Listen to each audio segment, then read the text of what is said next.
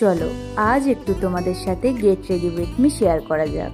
এটা আমার দিদির একটা শাড়ি, অনেক দিন ধরেই ওয়ার্ড্রব বন্দি হয়ে পড়েছিল, তাই ভাবলাম এটা আজকে আমিই পরি। এবার যাব মেকআপের দিকে। প্রথমেই আমি প্যাকের একটা প্রাইমার ইউজ করে নিলাম। প্রাইমারটা ইউজ করার পর আমি ইউজ করব প্যাকের ফাউন্ডেশনটা আমি হাত দিয়েই ভালোভাবে ব্লেন্ড করে নিলাম। এখন ইউজ করব কনসিলার। আমি যখন খুব হেভি মেকআপ করি তখনই আমি কনসিলারটা ইউজ করি, না হলে সাধারণত আমি কনসিলার ইউজ করি না। দেন করব আইব্রো।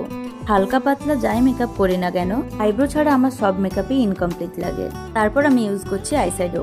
তারপর করব মেকআপের সব থেকে কঠিন পার্ট, যেটা আইলাইনার। জানি না ইনফ্লুয়েন্সাররা কিভাবে ফোন দেখেই আইলাইনার পরে নেয়, আমার দ্বারা কোনোদিনই সম্ভব নয়। তারপরে ইউজ করব মাস্কারা।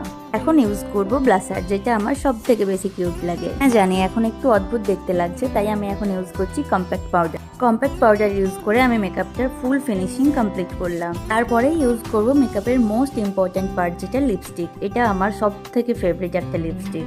এবার যাব জুয়েলারির দিকে। এই জুয়েলারিটা অনেকদিন আগে আমার এক দিদি আমাকে দিয়েছিল। আমার ফুল লুক কমপ্লিট, কেমন লাগছে কমেন্টে জানাও।